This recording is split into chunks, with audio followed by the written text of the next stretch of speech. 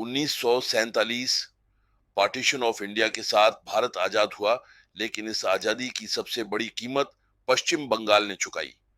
पूर्वी पाकिस्तान यानी आज के बांग्लादेश से लाखों शरणार्थी यहां आए। कोलकाता की गलियां भीड़ से भर गईं, रोजगार कम पड़ गया और एक समृद्ध राज्य संघर्ष में बदलने लगा। समय बीता और 1977 में लेफ्ट फ्रंट ने सत्ता संभाली।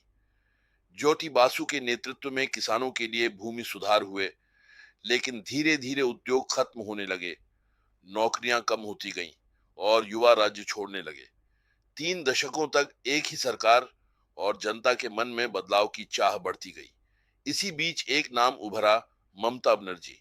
सफेद साड़ी और सादगी में नजर आने वाली ये नेता सड़क से लेकर संसद तक अपनी आवाज के लिए जानी गई।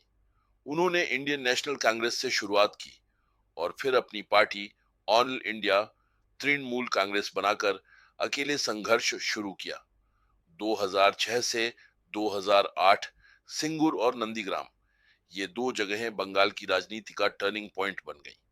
किसानों की जमीन को लेकर विवाद और ममता बनर्जी उनकी सबसे बड़ी आवाज बनकर सामने आई। यहीं से दीदी एक आंदोलन बन गई।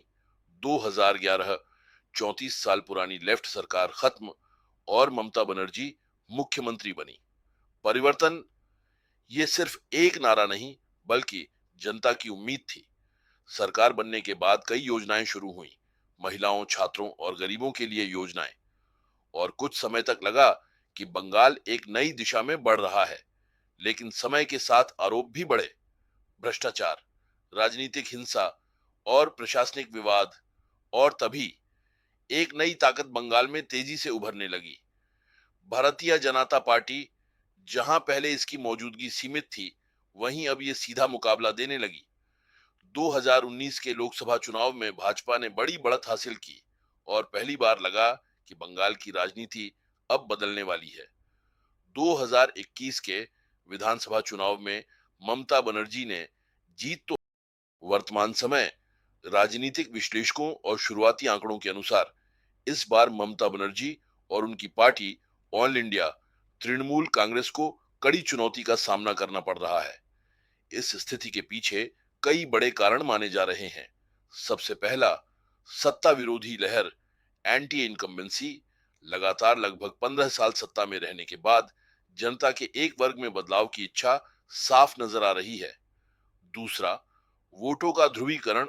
कई क्षेत्रों में मुकाबला सीधा हो गया है और वोटों का बंटवारा बड़ी संख्या में भाजपा के पक्ष में जाता दिख रहा है। तीसरा, संगठनात्मक बदलाव। भारतीय जनता पार्टी ने उन इलाकों में भी पकड़ बनाई है जो कभी टीएमसी के मजबूत गढ़ माने जाते थे, जैसे दक्षिण बंगाल और प्रेसिडेंसी क्षेत्र। चौथा, भ्रष्टाचार और नौकरियों के मुद्दे। चुनाव प्रचार के दौरान ये मुद्दे केंद्र में रहे और इनका असर नतीजों में साफ दिख रहा है। इसी बीच देश के प्रधानमंत्री नरेंद्र मोदी ने इस बढ़त को ऐतिहासिक जीत बताया है। वहीं दूसरी ओर ममता बनर्जी ने अपने कार्यकर्ताओं से अपील की है कि वे मतगणना केंद्रों पर डटे रहें और मनोबल न खोएं।